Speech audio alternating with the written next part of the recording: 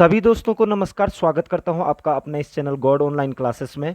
दोस्तों, जैसा कि हम सभी लोग जानते हैं कि उत्तराखंड लोक सेवा आयोग ही अब उत्तराखंड समूहों की जो बची हुई भर्तियां हैं, जैसे पुलिस, पटवारी, लेखपाल जो भर्ती परीक्षाएं हैं, इनकी परीक्षाएं कराएगा। और आप लोगों को पता भी है कि पटवारी और लेखपाल की जो भर्ती परीक्षा है, इसके नोटिफिकेशन जारी भी कर दिया है उत्तराखंड लोक सेवा आयोग ने।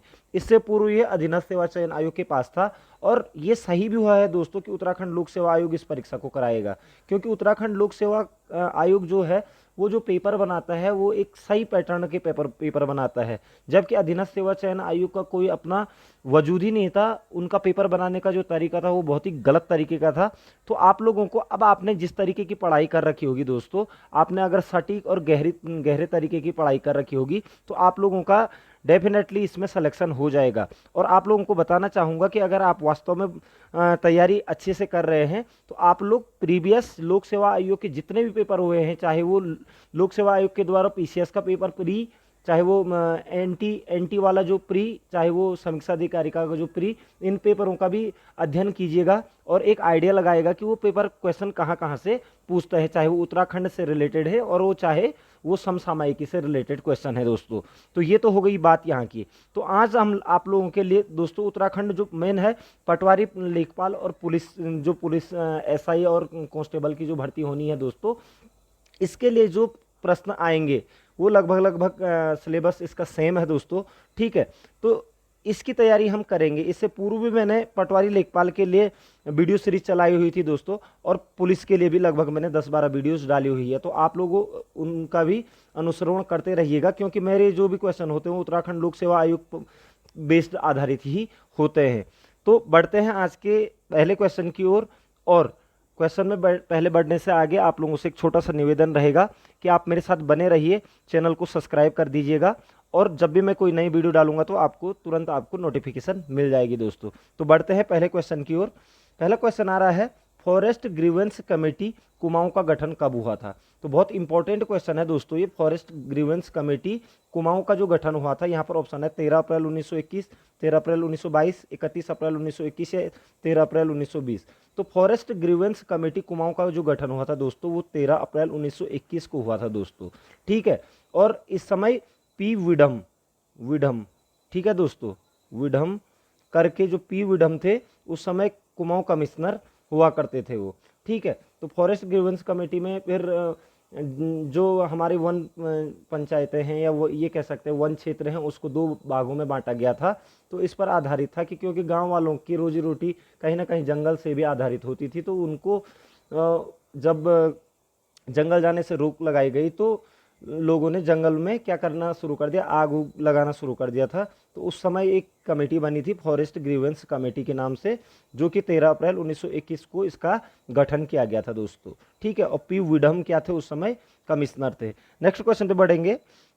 उत्तराखंड क्रांति दल का प्रथम अध्यक्ष किसे बनाया गया? आपको पता है दोस्तों 1979 यानी कि 1979 को उत्तराखंड क्रांति दल का क्या किया गया था, गठन किया गया था। एक राजनीतिक पार्टी के रूप में गठन किया गया था 1979 ईस्वी में। और इसके जो प्रथम जो अध्यक्ष बनाया गया था वो किसे बनाया गया था, ये पूछा जा रहा है। तो काशी सिंह एरी को, जसवंत सिंह बिष्ट को, डॉक्टर डी पंत को, या पुष्पेंद्र पंत को? तो बहुत इजी क्वेश्चन है। डॉक्टर डी पंत को क्या थे, उत्तराखंड के यूकेडी यानी कि यूकेडी के पहले अध्यक्ष थे डी पंत, और 1979 में इसकी क्या हुई थी, स्थापना की गई थी। ठीक है दोस्तों, नेक्स्ट क्वेश्चन पे चलेंगे। उत्तराखंड मंत्री परिषद में अधिकतम मंत्री हो सकते हैं? तो यहाँ पर ऑप्शन है 10, 11, 12 या 15। तो आपको पता होता है कि मंत्री परिषद 15% या उससे कम होने चाहिए। ठीक है, तो अधिकतम कितने हो सकते हैं, यहाँ पर है ऑप्शन 12। ठीक है, तो 12 मंत्री हो सकते हैं उत्तराखंड मंत्री परिषद में। ठीक है, नेक्स्ट क्वेश्चन पे चलेंगे। उत्तराखंड में सबसे अधिक प्राथमिक विद्यालय किस जनपद में है? तो बहुत इंपॉर्टेंट क्वेश्चन है, प्रीवियस पेपरों में पूछा भी गया है कि सबसे अधिक प्राथमिक विद्यालय किस जनपद में है। तो यहाँ पर ऑप्शन है पौड़ी, देहरादून, नैनीताल या टिहरी। तो सबसे ज़्यादा प्राथमिक विद्यालय जो हैं दोस्तों वो हैं आपके पौड़ी जिले में। पौड़ी जिले में सबसे ज़्यादा प्राथमिक विद्यालय हैं, याद रखेंगे। नेक्स्ट क्वेश्चन पे चलेंगे। पांडुखोली गुफा किस जनपद में है? बहुत ऐतिहासिक गुफा है दोस्तों ये। और ये पांडुखोली जो गुफा है इसके बारे में कहा जाता है कि पांडव लोग स्वर्ग के लिए इसी गुफा से अंदर गए थे। ये किंवदंती मानना है उस समय का लोगों की पौराणिक कथाओं के हिसाब से, और ये बहुत ही आकर्षक का केंद्र है। तो ये पांडुखोली गुफा किस जनपद में है? यहाँ पर ऑप्शन है उत्तरकाशी, अल्मोड़ा, पिथौरागढ़ या बागेश्वर। तो दोस्तों पांडुखोली जो गुफा है वो आपका है अल्मोड़ा जनपद में स्थित, याद रखेंगे। नेक्स्ट क्वेश्चन पे चलेंगे दोस्तों। नवंबर 2000 में उत्तराखंड की अंतरिम विधानसभा में कितने सदस्य थे? तो आपको पता है 9 नवंबर 2000 को उत्तराखंड का गठन हुआ था, और उस समय जो विधानसभा बनी थी, उस समय अंतरिम जो विधानसभा थी उसमें कितने सदस्य थे? तो यहाँ पर ऑप्शन है 21, 30, 70 या 71। तो देखिए दोस्तों, जब अंतरिम विधानसभा बनी थी स्टार्टिंग में उत्तराखंड की, उस समय कितने सदस्य थे? उस समय मात्र 30 सदस्य थे, याद रखेंगे। 30 सदस्य विधानसभा में थे दोस्तों, ठीक है। तो ये चीज़ आप याद रखेंगे। और अगर वर्तमान की बात करें तो वो भी आपको पता होना चाहिए कि वर्तमान में उत्तराखंड में विधानसभा की कितनी सीटें हैं, तो वो 70 सीटें हैं। और एक एंग्लो इंडियन जाति का प्रजाति का नियुक्त किया जाता है, वो 71 हो जाते हैं। तो 70 सीटें हैं विधानसभा की कुल, ठीक है, वर्तमान में।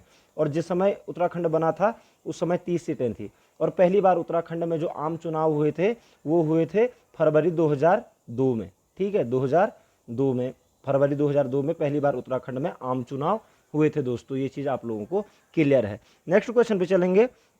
उत्तराखंड में पहली वन पंचायत नियमावली कब बनी? बहुत इंपॉर्टेंट क्वेश्चन है और बहुत ज़्यादा पूछा जाता है दोस्तों ये वन क्षेत्र से रिलेटेड, कि उत्तराखंड में सबसे पहली वन पंचायत नियमावली कब बनी थी? तो ऑप्शन है 1907, 1951, 1931 या 1990। तो उत्तराखंड में पहली जो वन पंचायत नियमावली बनी थी दोस्तों, वो बनी थी 1931 ईस्वी में, याद रखेंगे। 1931 में पहली बार वन पंचायत नियमावली बनी थी। नेक्स्ट क्वेश्चन पे चलेंगे। एक नाली में फिट होते हैं, बहुत कॉमन क्वेश्चन है दोस्तों, कई बार पूछा जाता है, क्योंकि पहाड़ों में जो भूमि की जो जोत का पैमाना होता है, भूमि मापन का जो पैमाना होता है, वो नाली भी होता है, मुट्ठी भी होता है, ठीक है।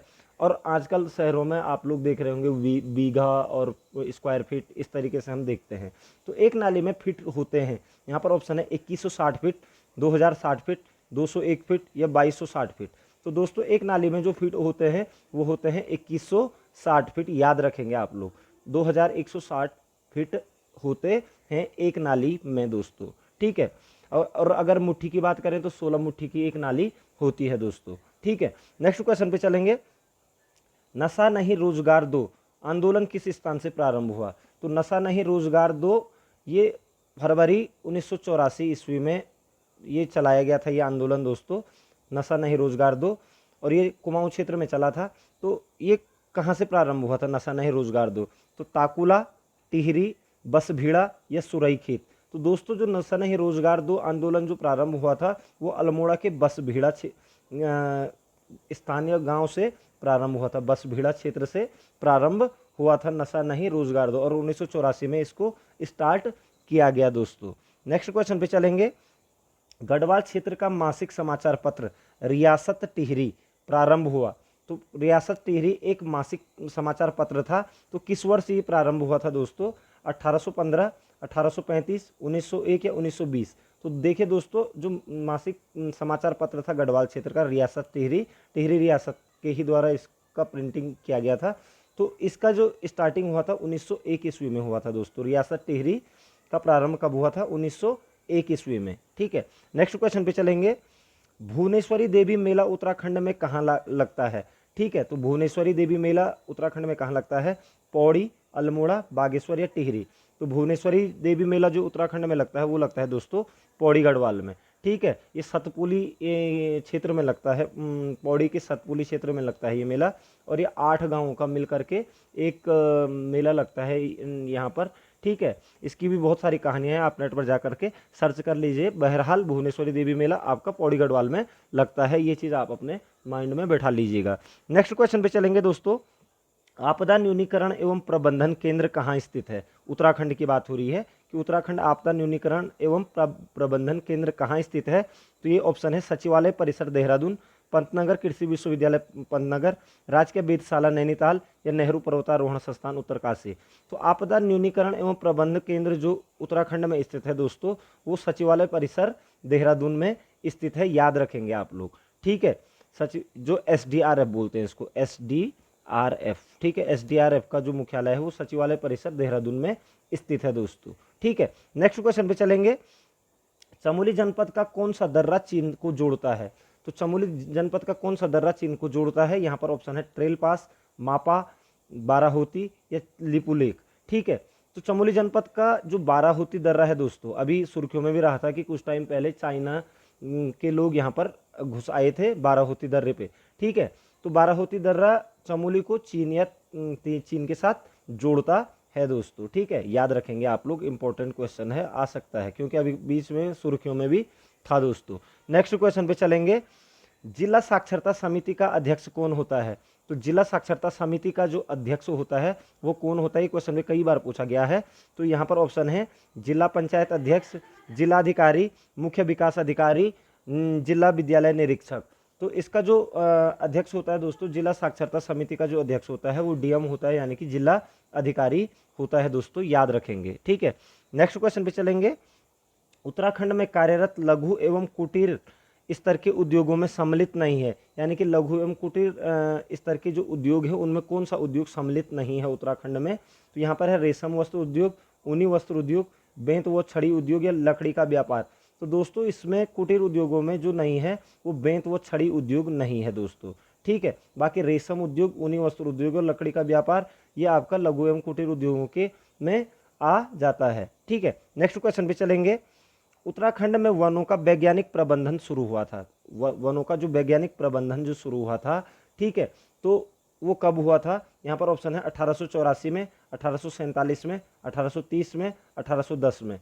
तो दोस्तों उत्तराखंड में वनों का वैज्ञानिक प्रबंधन जो शुरू हुआ था वो हुआ था आपका 1884 में दोस्तों।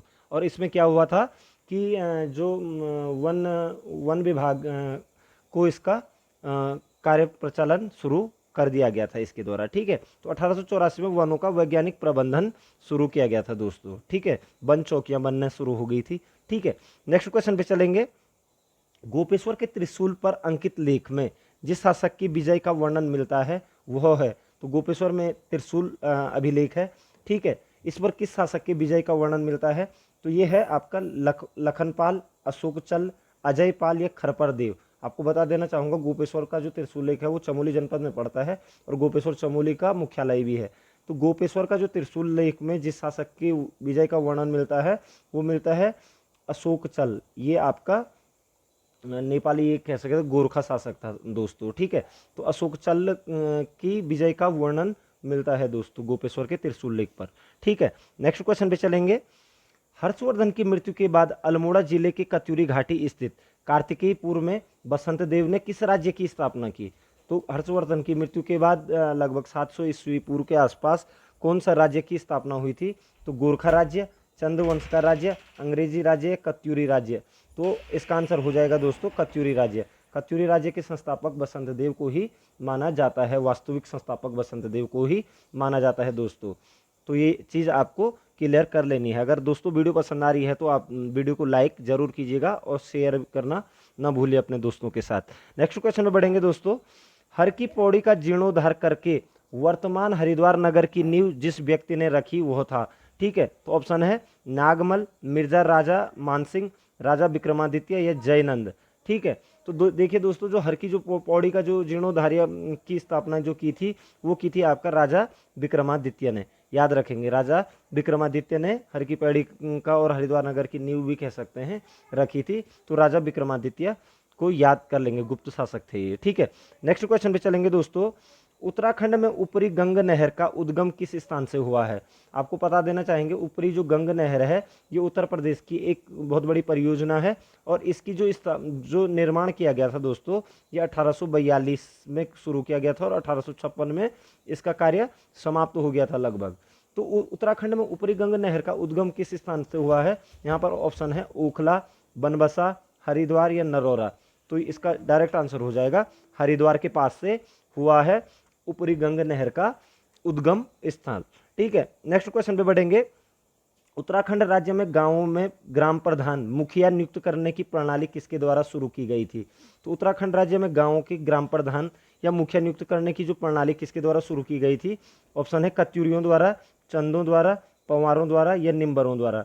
तो दोस्तों ये प्रथा कुमाऊं में पहले आई थी और ये चंद राजाओं के द्वारा स्टार्ट की गई थी मुखिया और ग्राम प्रधान बनाने की। ठीक है दोस्तों, तो ये चीज़ भी आप लोग अपने माइंड में रख लेंगे। नेक्स्ट क्वेश्चन पे बढ़ेंगे।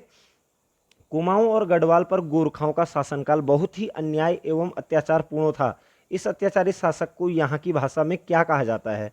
अत्याचारी शासन को क्या कहा जाता था? ठीक है, तो भूरख्याली, गोरख्याली, मूरख्याली या जोरख्याली।